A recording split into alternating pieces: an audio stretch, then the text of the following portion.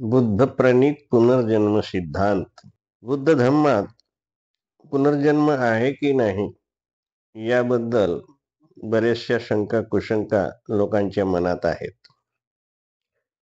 याला कारण असं आहे, हिंदू धर्माचा जो पगडा बसलेला आहे तो पगडा इथे कारणीभूत आहे. कारण हिंदू धर्मात सांगितलेलं आहे, आत्मा अमर आहे, शाश्वत आहे. भगवद्गीतेत श्रीकृष्ण म्हणतो की मनुष्य ज्याप्रमाणे जुने वस्त्र टाकून नवीन वस्त्र धारण करतो, त्याचप्रमाणे आत्मा सुद्धा जुने शरीर त्यागून नवीन शरीरात प्रवेश करतो व त्याचा पुनर्जन्म होतो.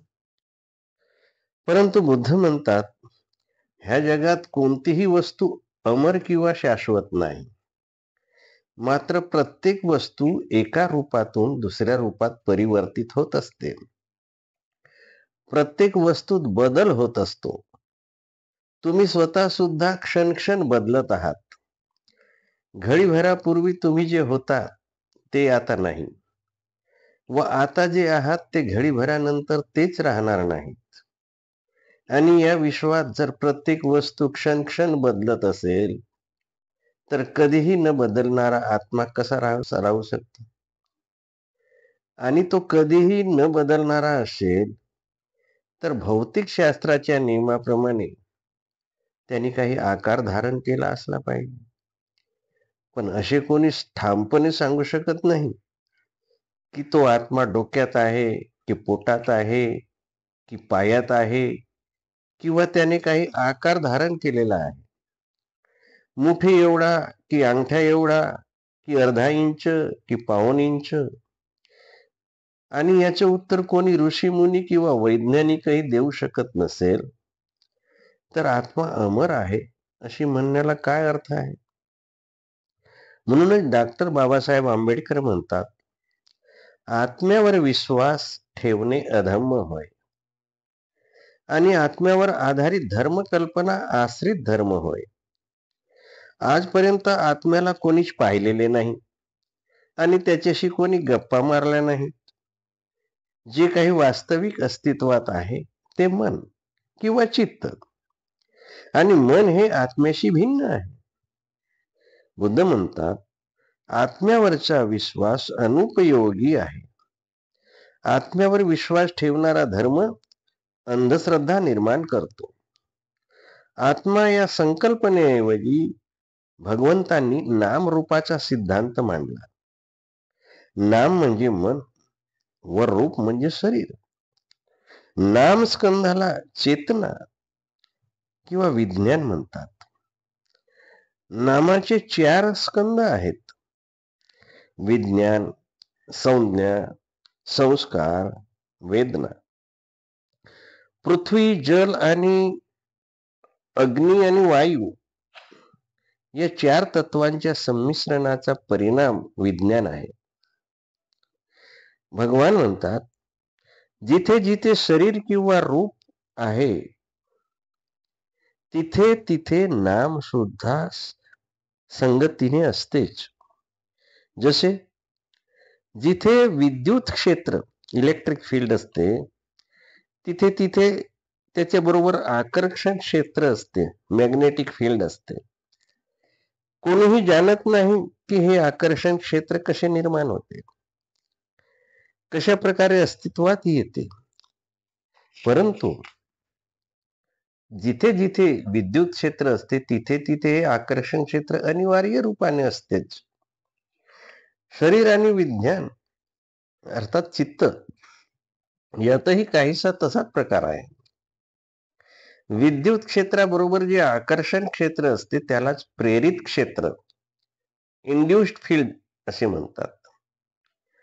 मग आपण विज्ञानाला, चित्ताला सुद्धा रूप काय, शरीराच्या दृष्टीने त्याच्याद्वारा निर्माण झालेले प्रेरित क्षेत्र का म्हणू नये?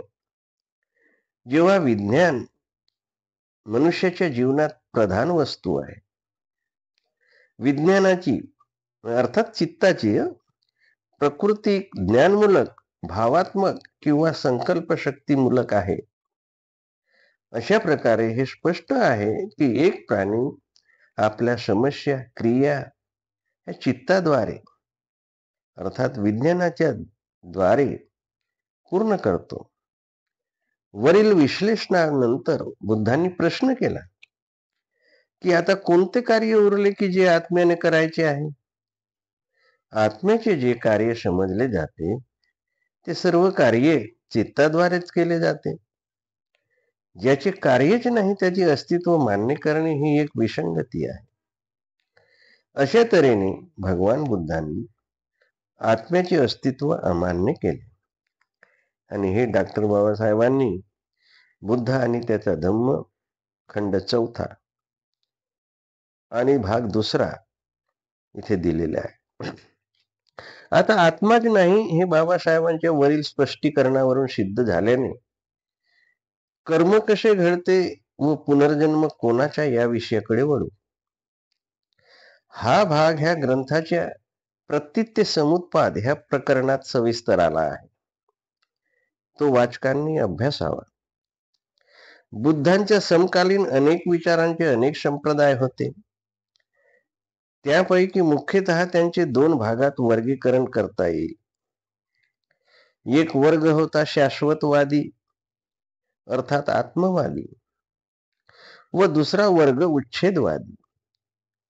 जे शाश्वतवादी होते त्यांचे म्हणणे असे होते की आत्मा अमर आहे, तो कधीच मरत नाही, म्हणून जीवन शाश्वत आहे. पुनर्जन्माद्वारा त्याचे नूतनीकरण होत राहते. उच्छेदवाद्यांचे म्हणणे असे होते की मृत्यू हा प्रत्येक वस्तूचा अंत आहे. मृत्यूनंतर काहीच शिल्लक राहत नाही. बुद्ध आत्म्यालाच मानत नसल्यामुळे शाश्वतवादी नव्हते, परंतु उच्छेदवादीही नव्हते. मरणानंतर सर्वच काही नष्ट होते अशा विचारांचेही ते नव्हते. त्यांनी कधीही टोकाच्या भूमिका घेतलेल्या नाहीत. मध्यम मार्ग हा त्यांच्या शिकवणीचा मुख्य अंश होता. डॉक्टर बाबासाहेब आंबेडकरांनी पुनर्जन्मावर लिहिताना म्हटलेले आहे की बुद्ध पुनर्जन्म मानित होते. पुनर्जन्म कशाचा आणि कोणत्या व्यक्तीचा असे 2 भाग केल्यास हा प्रश्न सोडवता येतो. तर पुनर्जन्म कशाचा?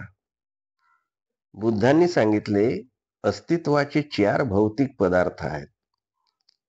पृथ्वी, जल, अग्नी, वायू.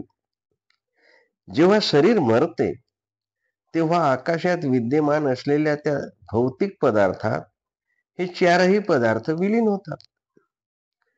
जसे पृथ्वी पृथ्वीत विलीन होते, जल जलात विलीन होते, अग्नी अग्नीत होते आणि वायू वायूत विलीन होतो. आकाशातील विद्यमान ह्या 4ही पदार्थांचे पुनर्मिलन झाले की पुनर्जन्म होतो. भगवान बुद्धाच्या पुनर्जन्माचा असाही एक आशय होता. ह्या भौतिक पदार्थांना हे आवश्यक नाही की मृत्यू पावलेल्या शरीराचेच ते घटक असले पाहिजे. निरनिराळ्या मृत शरीरांचेही ते घटक असू शकतात. ह्यात बुद्धांना हेच सांगायचे आहे की शरीर तर मरते, परंतु भौतिक पदार्थ कायम राहतात. ह्या अर्थाने बुद्ध उच्छेदवादी नव्हते व म्हणून पुनर्जन्म किंवा मृत्यू नंतरही जीवन आहे अशी धारणा बुद्धांनी मान्य केलेली आहे. मी इथे उभा आहे, माझा जन्म झालेला आहे, त्याला काहीतरी कारण आहे.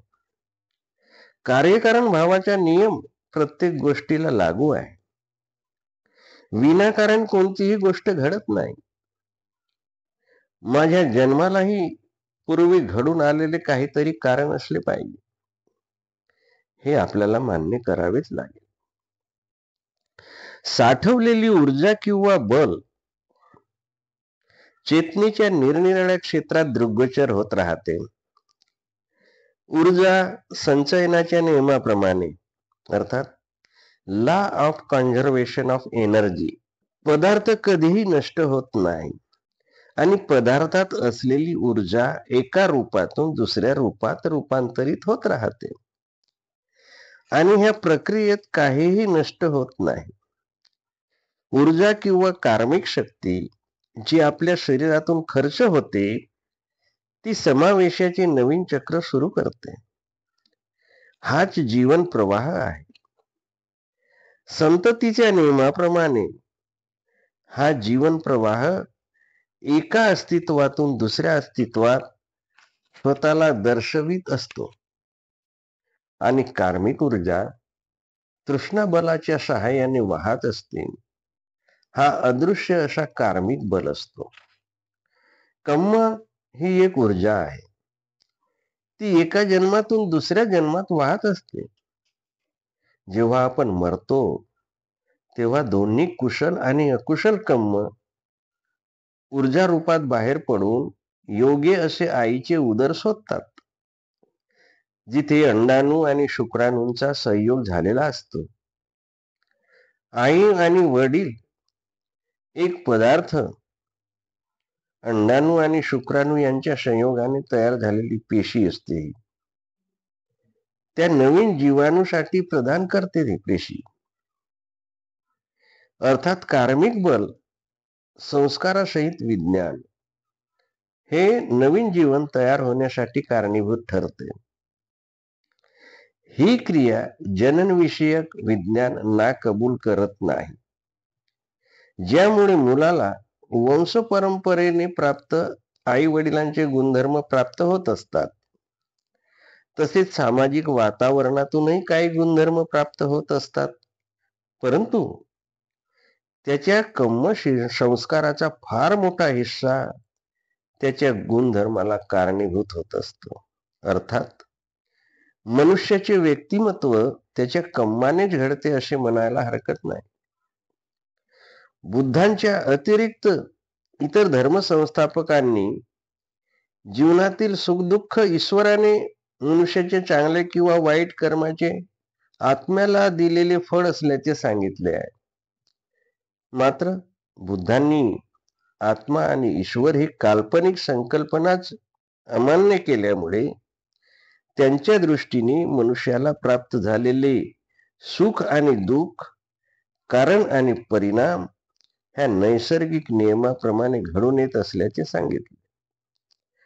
म्हणून एखादा ईश्वर किंवा महाकारुणिक बुद्ध सुद्धा कार्यकारण भावाचा हा नियम बदलू शकत नाही आणि ह्या नैसर्गिक नियमालाच कर्म किंवा पाली भाषेत बुद्धांनी कर्म असे म्हटलेले आहे.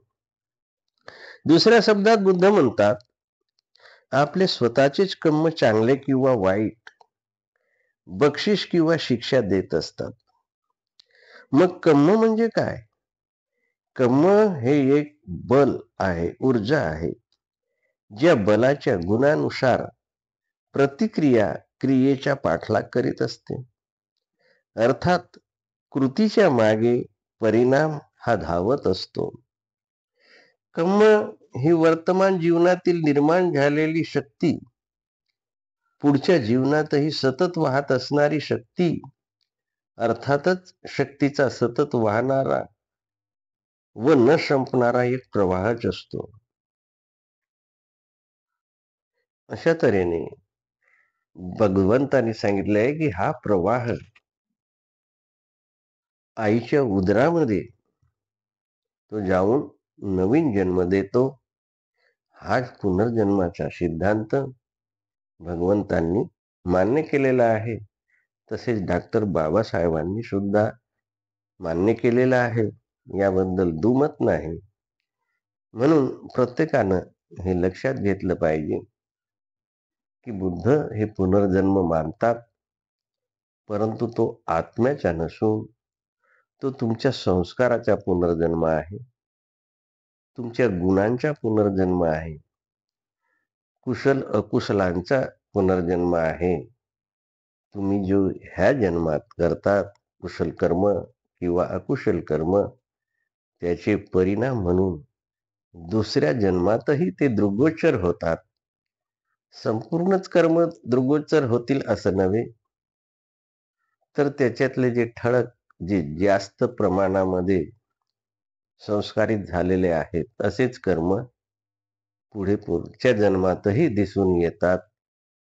हाच बुद्धाचा पुनर्जन्म सिद्धांत आहे, हे आपण मान्य केले पाहिजे. आणि ह्यासाठी मी एक बुद्धप्रणीत पुनर्जन्म सिद्धांत नावाचं हे पुस्तक लिहिलेलं आहे. ज्यांना हे हवं असेल त्यांनी अवश्य संपर्क साधावा आणि पुनर्जन्म कसा होतो याचं सविस्तर वर्णन ह्या पुस्तकात दिलेलं आहे, तो समजून घ्यावा ही विनंती. यांनी आमच्या ह्या धम्मसूर्य DLK चॅनलला, यूट्यूब चॅनलला सबस्क्राईब केले नसेल त्यांनी सबस्क्राईब करा आणि लाईक करा, हीच आपणास विनंती आहे. जय भीम, नमो बुद्धाय.